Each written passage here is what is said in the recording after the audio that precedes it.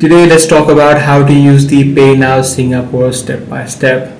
Now you can access the PayNow feature within multiple banks such as DBS Digibank or UOB TMRW as well as OCBC Digital. So depending upon which service that you have with any sort of company, you just need to head over to the pay and transfer section in most cases, and you should be able to see the pay now being displayed. Now in order to start using this, you simply need to head over to it and then register your account using either your mobile number, using your NRIC, or both through your bank account. Once that has been linked and has verified using the OTP, you'll be able to now send money via PayNow. You simply need to head over to the option and then add in the recipient's mobile number or the NRIC number, and then verify their name as well so that the amount is transferred to the correct person. So that's pretty much all there is to it. If this video was helpful to you, be sure to subscribe. I'm going to see you in the next one.